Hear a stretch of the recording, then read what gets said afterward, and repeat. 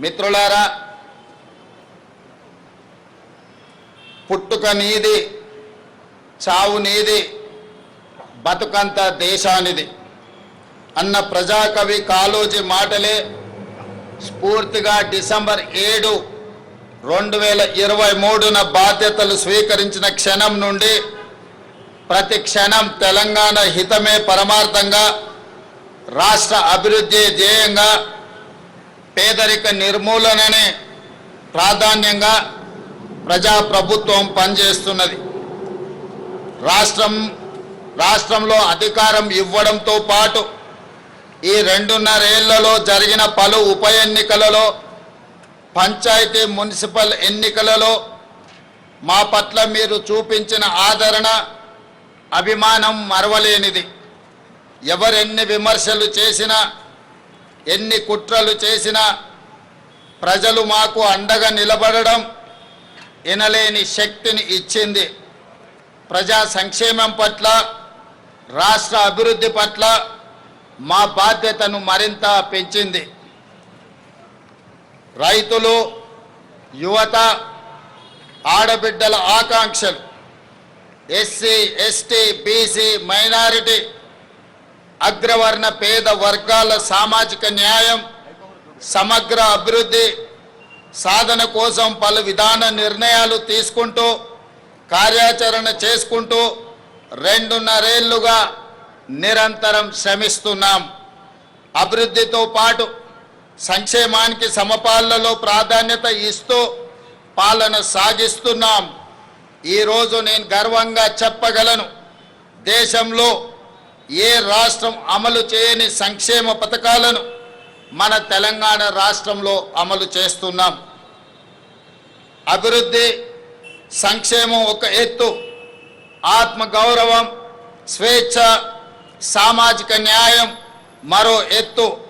తెలంగాణ ఆవిర్భావ ఒక ప్రత్యేక ఘట్టం. దశాబ్దాలు ఉద్యమం చేసి రాష్ట్రాన్ని సాధించుకున్నది కేవలం సంక్షేమం, అభివృద్ధి కోసమే కాదు, ఆత్మగౌరవం, స్వేచ్ఛ, సామాజిక న్యాయం కోసం ఈ గడ్డపై ప్రతి బిడ్డ పోరాటం చేశారు. పెత్తందారీతనానికి వ్యతిరేకంగానే ఈ రాష్ట్రంలో పోరాటాలు జరిగాయి. నాటి రాచరికం నుండి నిన్నటి నియంతృత్వం వరకు తెలంగాణ తిరుగుబాటు చరిత్ర మొత్తం చెబుతున్న సత్యం ఇదే. ఈ చరిత్రకు మనం సజీవ సాక్షులం. రాచరిక ఆలోచనలు, నియంతృత్వ పోకడలను ఓడించి కొత్త చరిత్రను రాసుకోవడం కోసం మీరు ప్రజాప్రభుత్వాన్ని గెలిపించుకున్నారు. ఈరోజు ప్రజల మనోభావాలకు మేము ప్రతినిధులం, సమాజ ఆకాంక్షలకు మేము వారధులం. అందుకే మీరిచ్చిన ఈ అవకాశాన్ని మేము అధికారం అని సంబోధించడం లేదు, మమ్మల్ని మేము పాలకులుగా అనుకోవడం లేదు, మీకు సేవకులుగా బాధ్యత నిర్వహిస్తున్నాం. ప్రభుత్వం అంటే 4 చేతుల్లో ఉండే పెత్తనం కాదు, 4 కోట్ల ప్రజల ఉమ్మడి ప్రతినిధి అని మేము భావిస్తున్నాం, బాధ్యతగా పనిచేస్తున్నాం. అందుకే ఇది కేవలం పరిపాలన చేసే ప్రభుత్వం కాదు, ప్రజాస్వామ్య ఆకాంక్షలను నెరవేర్చే ప్రజాప్రభుత్వం అని గర్వంగా చెప్తున్నాం. మిత్రులారా, డిసెంబర్ 7, 2023న ప్రారంభమైన మన ప్రభుత్వం ప్రజలకు స్వేచ్ఛ, సామాజిక న్యాయం, సమాన అవకాశాలు కల్పించడానికి ప్రాధాన్యతను ఇస్తూ వచ్చింది. రకరకాల అడ్డంకులు అధిగమిస్తూ 30 నెలల్లోనే ప్రజల ఆశలు, ఆశయాలను నెరవేర్చడంలో విజయవంతంగా ముందుకు సాగుతున్నాం. సాగు భూమి, వ్యవసాయం, రైతు ఈ 3 తెలంగాణ ఊపిరి. వ్యవసాయ ఆధారిత పరిశ్రమలు, అనుబంధ రంగాల విషయంలో తెలంగాణ నెంబర్ 1గా ఉండాలన్న లక్ష్యంతో, రైతుల జీవితాల్లో గణనీయ మార్పు తేవాలన్న సంకల్పంతో తెలంగాణ రైజింగ్ 2047 విధాన పత్రంలో ప్రాధాన్యత అంశంగా తీసుకున్నాం. ఈ విజన్ డాక్యుమెంట్ కేవలం కాగితాలపై ఉండే అక్షరాలు కాదు, ఆదిలాబాద్ నుండి అలంపూర్ వరకు ఖమ్మం నుండి కొడంగల్ వరకు హరిత తెలంగాణను ఆవిష్కరించే ఆలోచన. ఈ లక్ష్య సాధనలో తెలంగాణలోని ప్రతి రైతు కూలీలే సారథులు. దీనికోసం ఈ విజన్ డాక్యుమెంటులో రూరల్ అగ్రికల్చర్ రీజియన్ ఎకానమీ రేర్గా అభివర్ణించి అభివృద్ధి చేసేందుకు రూపొందించిన పత్రం ఇది. రైతులు కేవలం పంటలు పండించడమే కాదు, వ్యవసాయ ఆధారిత పారిశ్రామికవేత్తలుగా తీర్చిదిద్దే దిశగా ఈ ప్రణాళిక ఉంటుంది. అగ్రికల్చరల్ ఎకోసిస్టమ్ అభివృద్ధి చేసి రైతులను శ్రీమంతులుగా చెయ్యాలన్నదే మా ప్రభుత్వం యొక్క సంకల్పం. 2025-26 అంచనాల ప్రకారం మన ఆహార ధాన్యాల ఉత్పత్తి రికార్డు స్థాయిలో ఉంది. 2,36,00,000 మెట్రిక్ టన్నులుగా నమోదైంది. ప్రజాప్రభుత్వం అందిస్తున్న ప్రోత్సాహకంలో వరి, మొక్కజొన్న, పత్తి పంటల విస్తీర్ణం గణనీయంగా పెరిగింది. పశు సంపద, మత్స్య రంగాలు గణనీయమైన అభివృద్ధిని సాధించాయి. రైతులు విభిన్న పంటల ఉత్పత్తితో తెలంగాణను సకల పంటల క్షేత్రంగా తీర్చిదిద్దాల్సిన అవసరం ఉన్నది. తెలంగాణ భూమి నైసర్గిక స్వరూపం అన్ని రకాల పంటలు పండించడానికి అనుకూలమైన క్షేత్రం. ఈ వేదిక మీద నుండి తెలంగాణ రైతాంగానికి నేను విజ్ఞప్తి చేస్తున్నా, కొన్ని పంటలకే పరిమితం కాకుండా అన్ని రకాల పంటలను, కూరగాయలను, పండ్లను పండించడం ద్వారా తెలంగాణ రాష్ట్ర కీర్తి ప్రతిష్టల్ని ప్రపంచానికే చాటి చెప్పే అవకాశం ఉంది. ఆ దిశగా రైతులను ఆలోచన చేయవలసిందిగా నేను మనవి చేస్తున్నాను. ఈ రైతుల కార్య సాధకులు కావాలంటే అప్పు లేని పరిస్థితి ఉండాలి. అందుకే రైతుల నెత్తిపై ఉన్న అప్పుల భారాన్ని తగ్గించే ఉద్దేశంతో ఒకేసారి 2 లక్షల వరకు పంట రుణాల మాఫీ చేశాం. 20,616 కోట్ల రూపాయలు రైతు ఖాతాలో వేసి 25 లక్షల పైగా రైతు కుటుంబాలను రుణ విముక్తులను చేశాం. వ్యవసాయానికి ఉచిత విద్యుత్తును కొనసాగిస్తూనే విద్యుత్ పంపు సెట్లకు సౌరశక్తితో నడిచే పంపు సెట్లను ఏర్పాటు చేస్తున్నాం. తద్వారా అదనంగా ఉత్పత్తి అయ్యే విద్యుత్తును గ్రిడ్కు అందించి రైతులకు అదనపు ఆదాయం వచ్చేలా ప్రయత్నం చేస్తున్నాం. ఈ 2.5 ఏళ్లలో వ్యవసాయానికి, రైతు సంక్షేమానికి 1,56,496 కోట్ల రూపాయలు ఖర్చు చేశాం.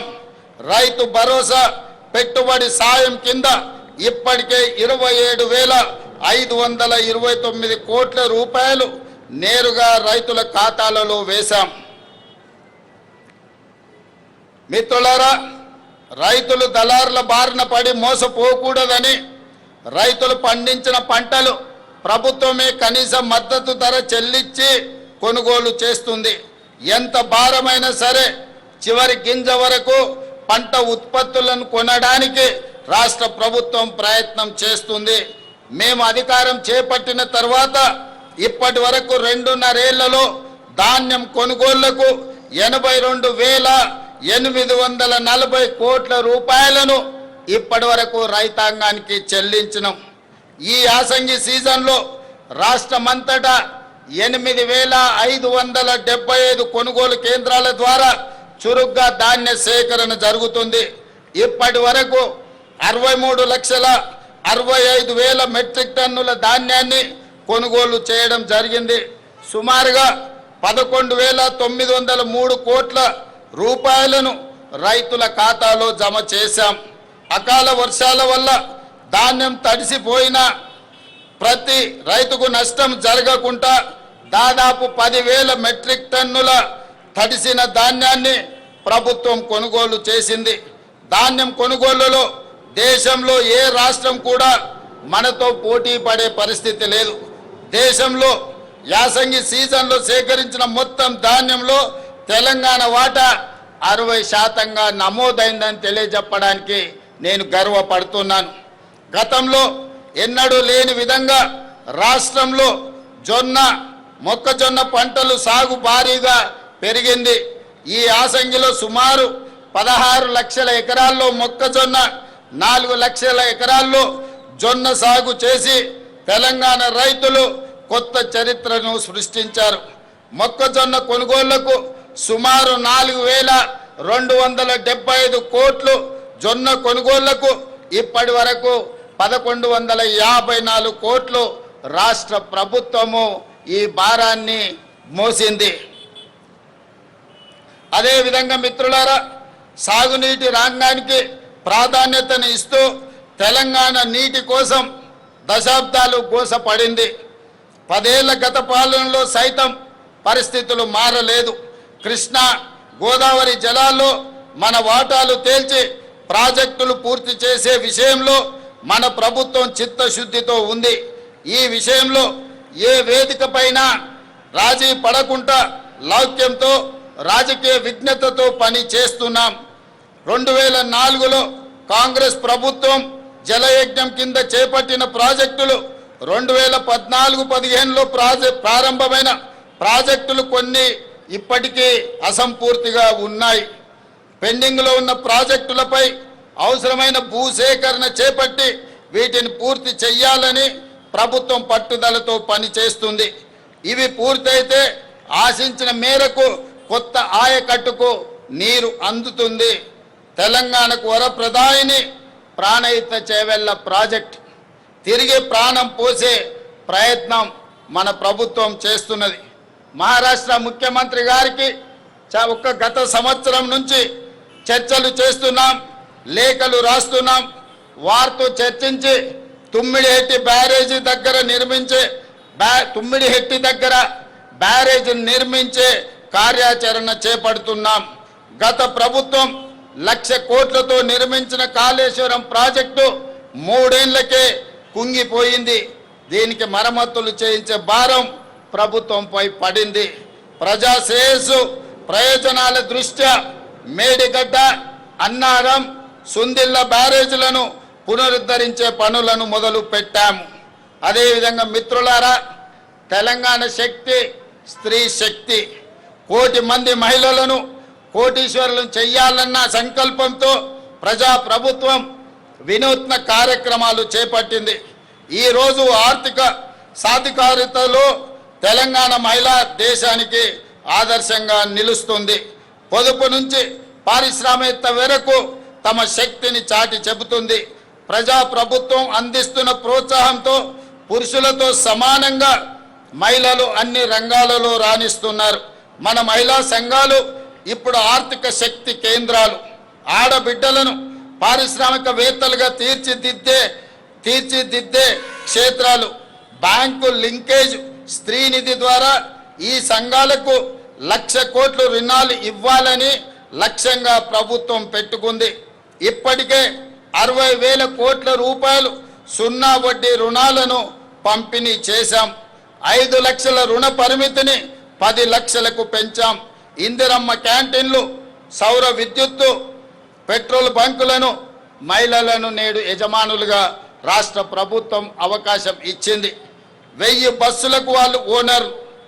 ఇందిరా మహిళా శక్తి సూపర్ బజార్లు, లాజిస్టిక్ హబ్బులు, గోదాములు, రైసు మిల్లులు ఏర్పాటుకు వాళ్ళు సిద్ధంగా ఉన్నారు.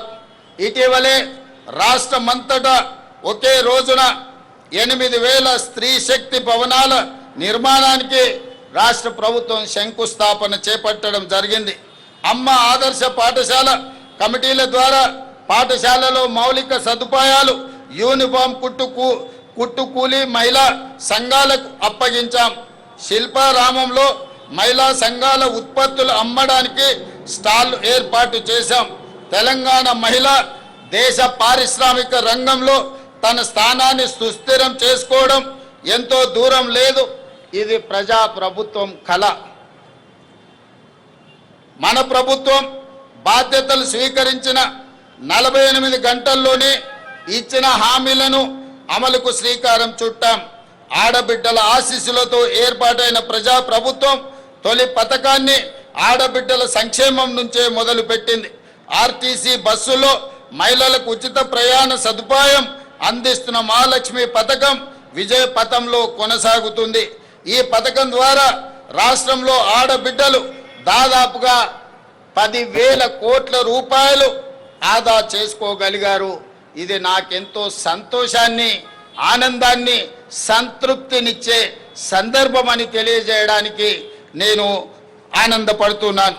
మహాలక్ష్మి పథకంలో రాష్ట్రంలో 42,90,000 కుటుంబాలకు 500 రూపాయలకే ఎల్పిజి గ్యాస్ సిలిండర్ అందిస్తున్నాం. గృహజ్యోతి కింద 53,09,000 పేద గృహాలకు 200 యూనిట్లను ఉచిత విద్యుత్తును మనం అందిస్తున్నాం. అదేవిధంగా మిత్రులారా, తెలంగాణ అంటేనే పోరాటం. తెలంగాణ పోరాటంలో ముందు బాగాన నిలబడి కొట్లాడింది నిరుద్యోగ యువకులు. అందుకే నిరుద్యోగ సమస్యను శాశ్వతంగా పరిష్కరించాలన్న ఆలోచనతో యువతకు ఇచ్చిన మాట ప్రకారం ఉద్యోగాల ప్రక్రియను విజయవంతంగా చేపట్టాం. లీగల్ సమస్యలు, లిటిగేషన్లకు ఆస్కారం లేకుండా కొలువులను భర్తీ చేశాం. ఉద్యోగ నియామక ప్రక్రియలో పారదర్శకతను పునరుద్ధరించాం. తెలంగాణ పబ్లిక్ సర్వీస్ కమిషన్తో పాటు ఇతర నియామక బోర్డులను పూర్తిగా సంస్కరించుకున్నాం. గ్రూప్ 1, గ్రూప్ 2, గ్రూప్ 3, గ్రూప్ 4తో పాటు మెగా డిఎస్సి, వైద్య ఆరోగ్య శాఖలో వరుసగా నియామకాలను చేపట్టాం. రికార్డు సమయంలో 67,763 పోస్టులను భర్తీ చేసి యావత్ దేశానికే తెలంగాణ రాష్ట్రం ఆదర్శంగా నిలిచింది. ఉద్యోగంలో చేరే ముందు అఖిల భారత సర్వీస్ అధికారులకు శిక్షణను అందించినట్టుగా నియామక పత్రాలు అందుకున్న 562 గ్రూప్ 1 అధికారులకు ఈరోజు మనము ఫౌండేషన్ కోర్సు ద్వారా శిక్షణను అందించి భవిష్యత్తులో తెలంగాణ అభివృద్ధిలో భాగస్వాములను చేయడానికి ప్రభుత్వం అన్ని చర్యలను చేపట్టింది. ఈ నెలలోనే టీజీపీఎస్సీ ద్వారా ఇంజనీరింగ్, పొల్యూషన్ కంట్రోల్ బోర్డ్, అటవీ శాఖ, టౌన్ అండ్ కంట్రీ ప్లానింగ్ మరియు విద్యాశాఖలో ఉద్యోగాల భర్తీకి నోటిఫికేషన్లు ఇవ్వడం జరుగుతుంది. నోటిఫికేషన్ల జారీ ప్రక్రియ నిరంతరం జరుగుతుంది. అదేవిధంగా మిత్రులారా, ఈ రాష్ట్ర ప్రభుత్వం విద్యకు అత్యంత ప్రాధాన్యతనివ్వాలని నిర్ణయం తీసుకున్నది. విద్య ఒక్కటే పేదరికాన్ని రూపుమాపగలదని నేను సంపూర్ణంగా విశ్వసిస్తున్నాను. పేదరికం రూపుమాపాలంటే సమాజంలో కుల మతాల అంతరాలు తగ్గడానికి ఆస్కారం ఉంటుంది. ఇంతటి ప్రాధాన్యత విద్యకు ఉంది.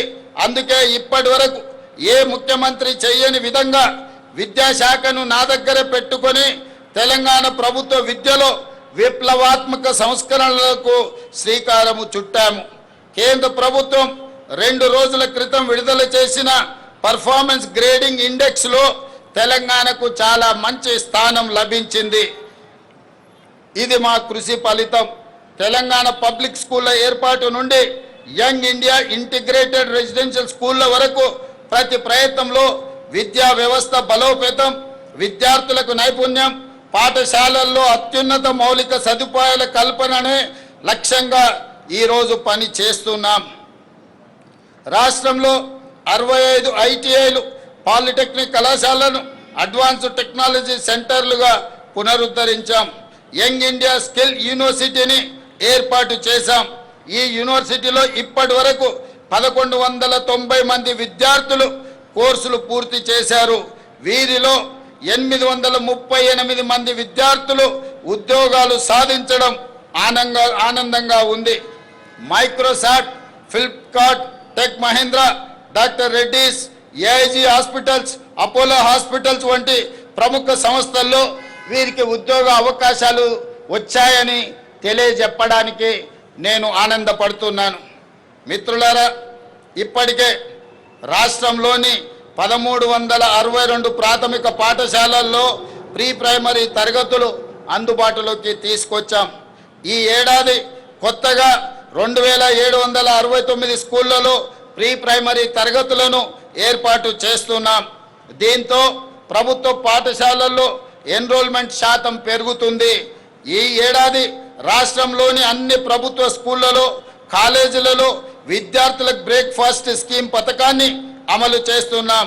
ప్రస్తుతం పాఠశాలల్లో ఉన్న మధ్యాహ్న భోజన పథకాన్ని జూనియర్ కాలేజీలకు విస్తరిస్తున్నాం. అన్ని ప్రభుత్వ సంక్షేమ హాస్టళ్లు, రెసిడెన్షియల్ పాఠశాలలు, కళాశాల విద్యార్థులకు డైట్ ఛార్జీలు 40%, కాస్మెటిక్ ఛార్జీలను 212% పెంచడం జరిగింది. అమ్మ ఆదర్శ పాఠశాల కమిటీల ఆధ్వర్యంలో పాఠశాలల్లో 706 కోట్ల విలువైన మౌలిక సదుపాయాల పనులను చేపట్టాం. మంచిరేవుల గ్రామంలో యంగ్ ఇండియా రెసిడెన్షియల్ స్కూల్ని మనము ప్రారంభించాం. Police young India integrated residential స్కూల్ని మనం ప్రారంభించుకోవడం జరిగింది. మిత్రులారా,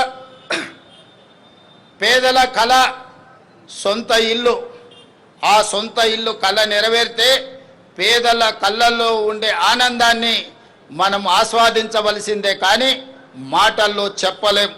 అందుకే నేను గ్రామీణ ప్రాంతం నుంచి వచ్చాను, పేదల మధ్య పెరిగాను, వారి జీవన స్థితిగతులు నేను చూశాను బాల్యం నుండి. సొంతిల్లు అన్నది వారి జీవిత కాలపు కళ, అది వారి ఆత్మ గౌరవం. కిరాయి ఇళ్లలో ఉండి ఇంట్లో ఎవరైనా చనిపోతే ఇంటి యజమాని ఒప్పుకోకపోవడంతో భౌతిక కాయాన్ని ఆఖరి చూపు కోసము ఇంటికి కూడా తీసుకురాలేని వాళ్ళ పరిస్థితి, బాధ వర్ణాతీతం. ఆ దుస్థితి నుంచి వాళ్ళని బయటకు తేవాలన్న సంకల్పంతో ఇందిరమ్మ ఇళ్లకు శ్రీకారం చుట్టాం. ఇది నా ఇల్లు అని పేదవాడు ధైర్యంగా ఆత్మగౌరవంగా బతికే పరిస్థితి రాష్ట్రంలో తీసుకువస్తున్నాం. అందుకే మొదటి విడత 22,500 కోట్ల రూపాయలు కేటాయించి 4,50,000 ఇందిరమ్మ ఇళ్లను మంజూరు చేశాం. గత ఫిబ్రవరిలో ఈ పథకాన్ని ప్రారంభించుకున్నాం. కేవలం 13 నెలల కాలంలోనే రాష్ట్రంలో 1,20,000 ఇండ్లను పూర్తి చేసుకొని నిన్ననే ఆదిలాబాద్ జిల్లా నుంచి రాష్ట్రం నలుమూలల ప్రారంభోత్సవం చేసుకున్నాం. మరొక 1,00,000 ఇండ్లు సెప్టెంబర్ నెల లోపల పూర్తి చేసుకొని సెప్టెంబర్ వరకు 2,20,000 ఇండ్లను పేదలకు అంకితం చేయడం ద్వారా పేదలను ఇంటి యజమానులుగా చేసి ఆత్మ గౌరవంతో బ్రతికే విధంగా ఈనాడు రాష్ట్ర ప్రభుత్వం ప్రయత్నం చేస్తుంది. అదేవిధంగా కొత్తగా ఇంకొక 2.5 లక్షల ఇండ్లను ఇల్లు రాని పేదలకు కేటాయించాలని ప్రభుత్వం నిర్ణయం తీసుకున్నదని తెలియజేయడానికి నేను సంతోషపడుతున్నాను. అదేవిధంగా మిత్రులారా, ఈ ఆర్థిక సంవత్సరానికి క్యూర్ పరిధిలో 1,00,000 ఇండ్లు, రాష్ట్రంలో ఇతర ప్రాంతాల్లో 2.5 లక్షల ఇండ్లు, మొత్తం 3.5 లక్షల ఇండ్లు మంజూరు చేశాం.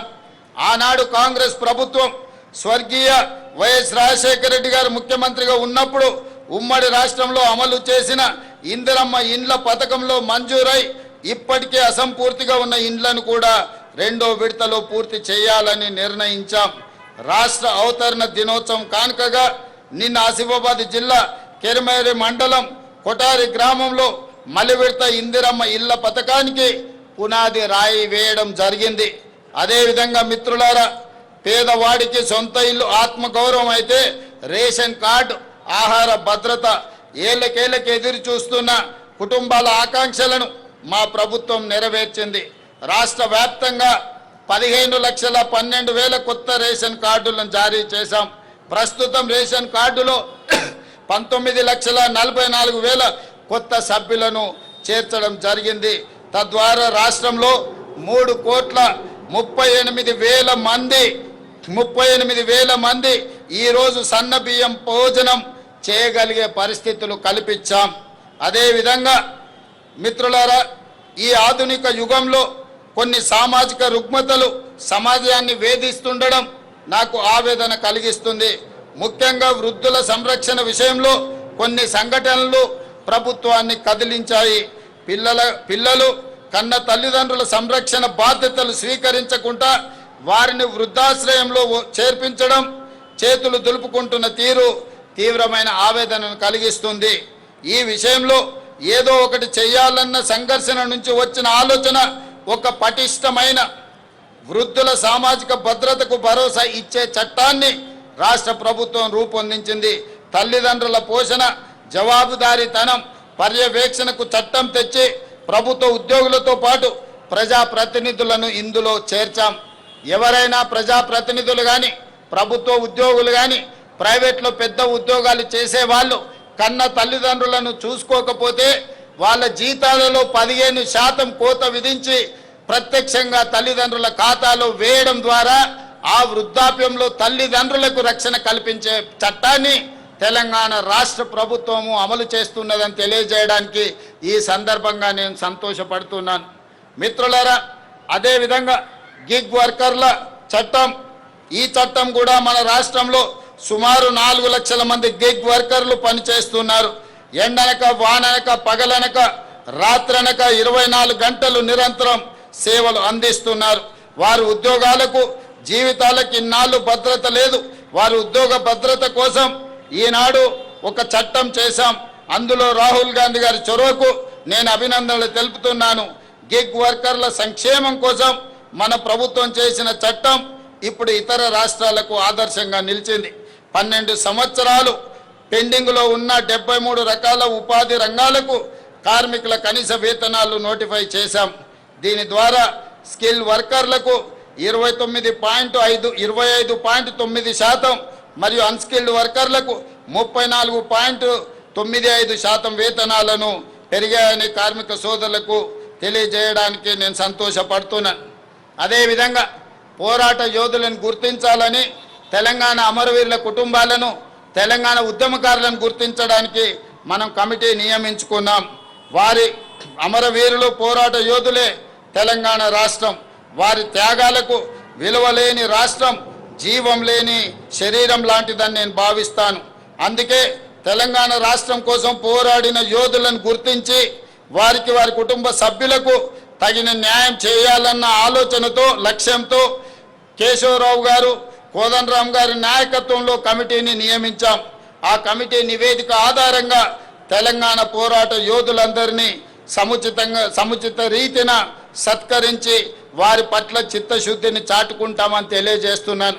మిత్రులారా, చాలా విషయాలు మాట్లాడాల్సినవి ఉన్నాయి. కానీ ఎండ తీవ్రత ఎక్కువగా ఉంది.